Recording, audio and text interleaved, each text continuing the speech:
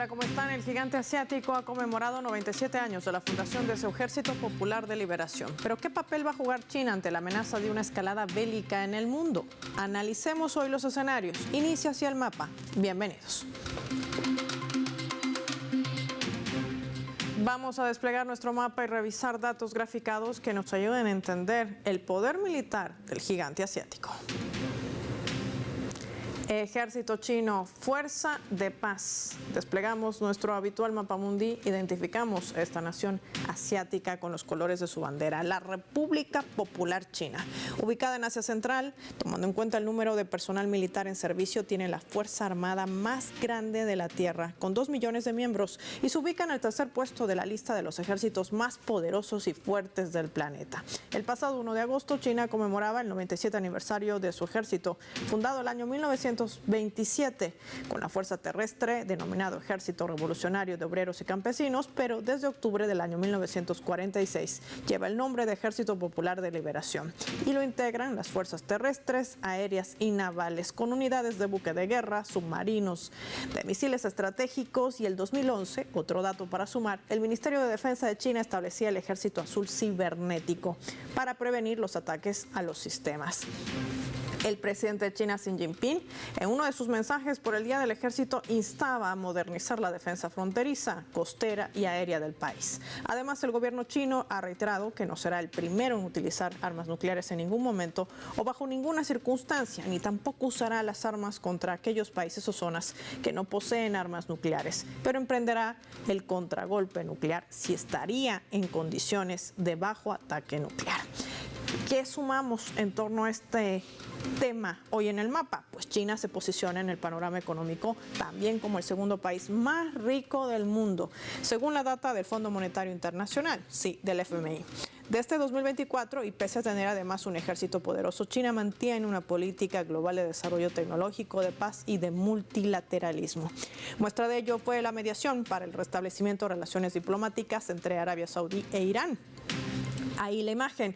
También hay que decir que China se apunta una de esas victorias internacionales al consolidarse también como el mayor socio comercial de Arabia Saudí y uno de los principales aliados del mundo árabe. Con Rusia es también un panorama interesante. El gigante asiático influye en el equilibrio geopolítico e impulsa un nuevo sistema de gobernanza. Además, ha presentado un plan de paz para que se termine el conflicto en la región euroasiática con la OTAN. Estamos hablando de la crisis ucraniana. El gobierno de Xi Jinping ha venido expresando esa voluntad de cese el fuego en Palestina y ha abogado además por el derecho que tienen el pueblo gazatí a vivir libre en el mundo. Hay que decir que con la política implementada en el sur global, a nuestra región, Beijing viene estableciendo alianzas con diferentes estados como Venezuela, Brasil, Bolivia, México. Todo esto también para el desarrollo tecnológico, el fortalecimiento del comercio global. De esto y más, hoy hablamos con nuestros invitados.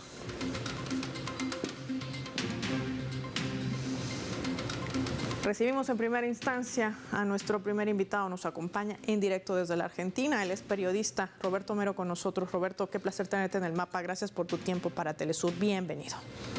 Muchas gracias a ustedes. Roberto, es interesante cuando vemos esos datos graficados en nuestro mapa poder entender cómo China ha logrado ese equilibrio, primero entre la modernidad y también tener una garantía de paz en el planeta, y esto en comparación a lo que hace la OTAN en el mundo. ¿Qué decir de esto? Yo creo que hay una visión maniquea de China, digamos, forjada en el último siglo y medio, desde el momento en que China era ocupada por las potencias europeas, generando desde la guerra del opio, a lo cual se sumó después la invasión japonesa en los comienzos, digamos, del siglo XX, es decir, los años 30 del siglo XX. Lo cual dejó una imagen, o hay una imagen, de una China que tiene, como se dice en algunos pseudo estrategas, un ejército malo. Esto no se refrendó, digamos mejor, se refrendó cuando en el año 1978 China, de una manera ideologizada, que no era la China de hoy, intentó atacar el otro país con poder militar, que era Vietnam.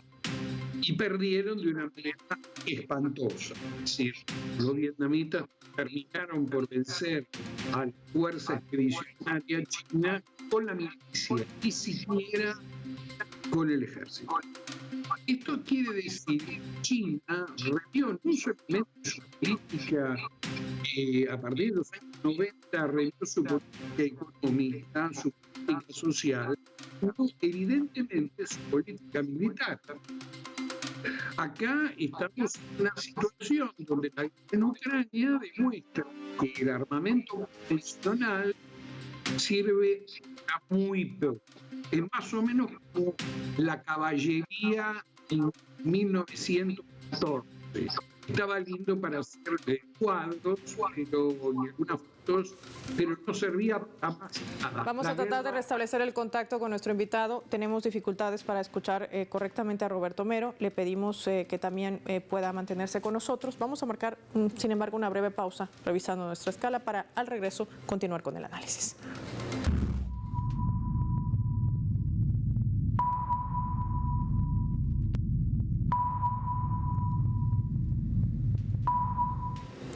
Esta vez a través del portal web de Sputnik, que está titulando de la siguiente manera. Lo colocamos allí en la pantalla del mapa. La desdolarización liderada por el yuan chino puede remodelar el orden económico global. El yuan se está convirtiendo en un medio de pago cada vez más popular tanto en China como en todo el mundo, ya que los países y empresas eligen una moneda alternativa al dólar de Estados Unidos. Así lo describe también este portal web de noticias, como resultado de ese alejamiento de la divisa estadounidense. El panorama económico del planeta podría cambiar por completo en el corazón de este cambio. De acuerdo con este portal web, está el concepto de la desdolarización, o sea, esa reducción gradual del dominio del dólar estadounidense en el comercio y las finanzas internacionales. Por ejemplo, el año 2023 el yuan superó por primera vez al dólar estadounidense en los pagos transfronterizos chinos, alcanzando el 2024 una cuota del 52.9% frente al menos el 1% el año 2010. La razón de este cambio dramático, continúa también reseñando este medio, es que existe una creciente disposición entre las empresas extranjeras que están buscando diversificar sus tenencias de divisas y reducir su dependencia del dólar a comerciar en yuanes. Por otro lado, también algunos países, incluidos Brasil y Argentina, han comenzado a aceptar pagos en yuanes, lo que refuerza aún más su uso internacional. Esta es una muestra más de que ese poderío y lo entrecomillo del dólar en el mundo ya no es el mismo. Hay un cambio radical que está cada vez más materializado. Ya volvemos.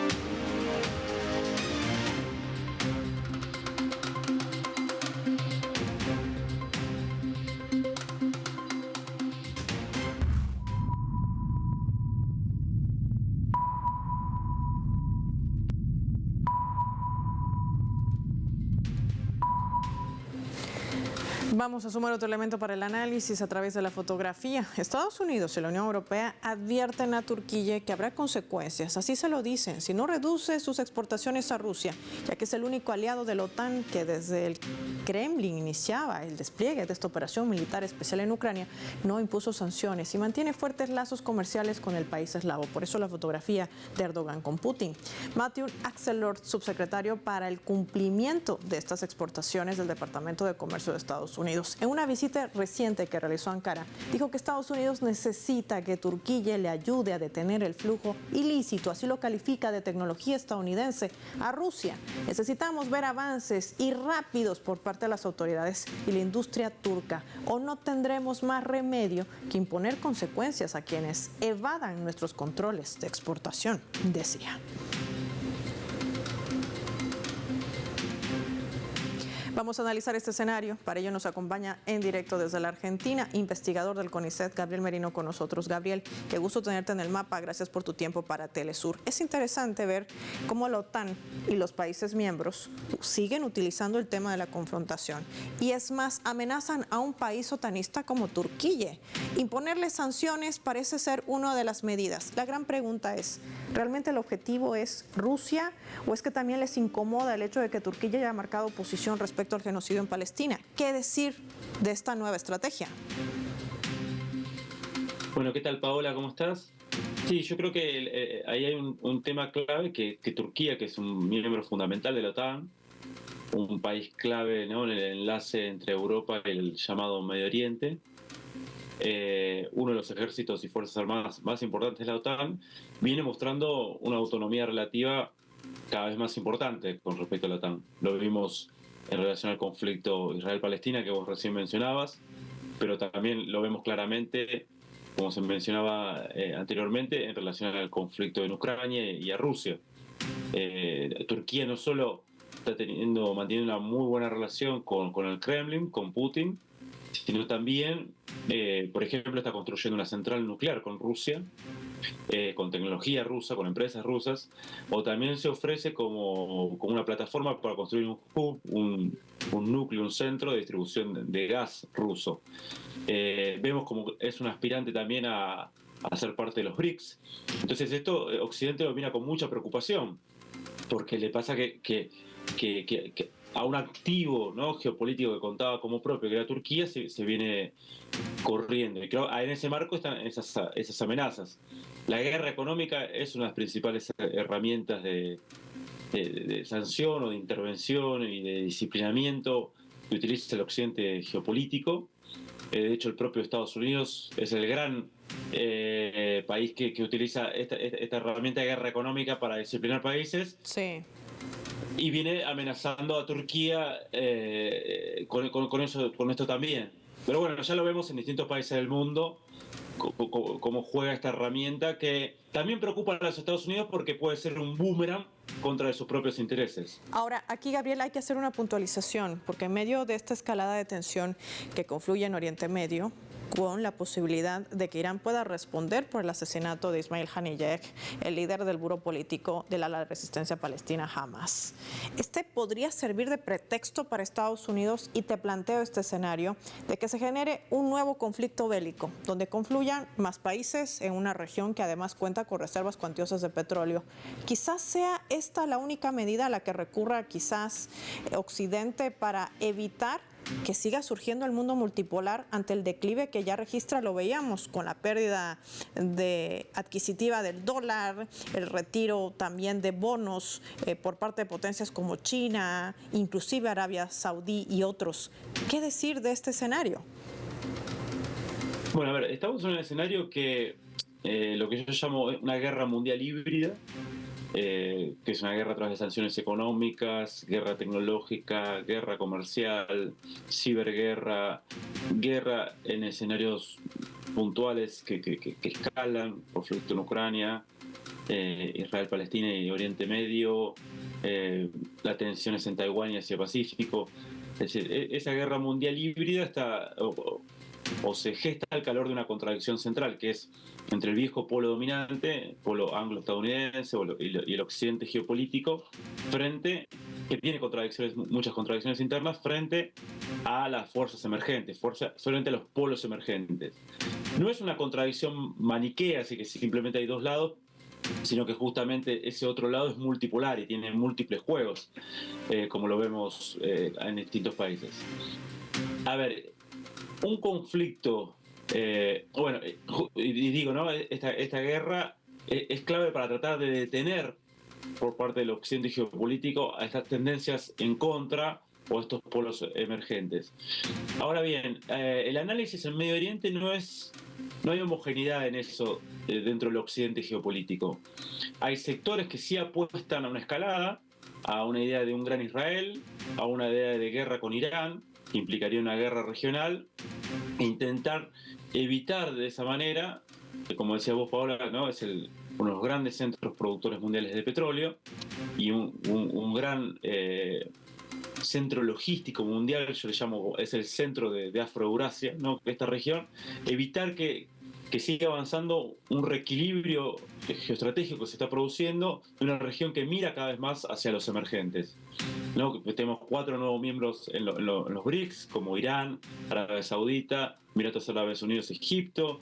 Tenemos un conjunto de acuerdos muy fuertes entre Arabia Saudita y China que incluyen la venta de petróleo en yuanes, bueno, y así un montón de cosas que podemos mencionar. Está partido el occidente geopolítico, si es a través de la escalada, la guerra, esta de una gran Israel que termina ocupando los territorios palestinos e ir contra Irán es una posición, sobre todo los neoconservadores.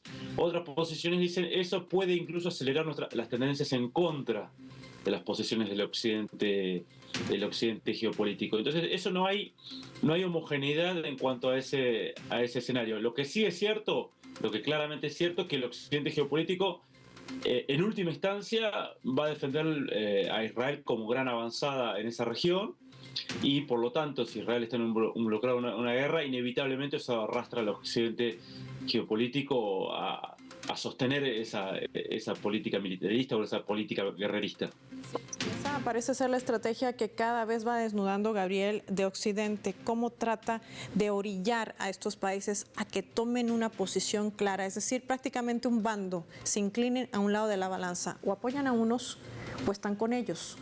Más sanciones, más medidas unilaterales, más represión y fuerza con el avance del fascismo, o sumarse a este mundo multipolar donde garantía de la paz está también la conclusión de la resolución de estos asuntos a través del diálogo. Por eso el papel fundamental de una China que es una potencia militar tecnológica, pero que le apuesta a la paz. Gabriel Merino con nosotros, gracias por su tiempo y su análisis para El Mapa. Vamos a finalizar el programa revisando nuestro vector.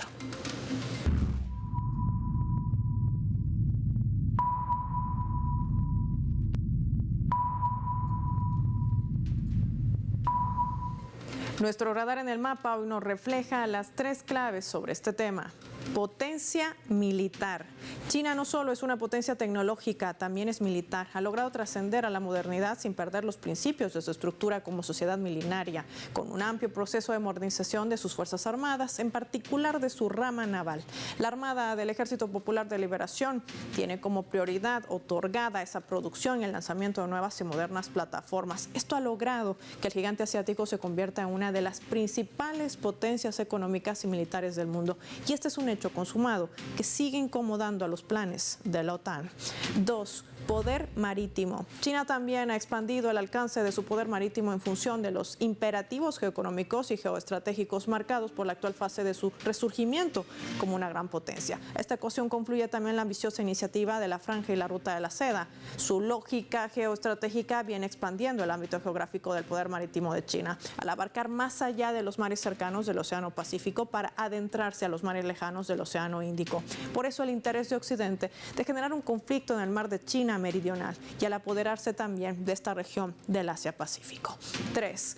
El papel de la OTAN. A diferencia de Beijing, Washington y los países miembros de la OTAN siguen el camino de la confrontación, de seguir aplicando sanciones a todos los pueblos en el mundo que no cumplan con sus intereses.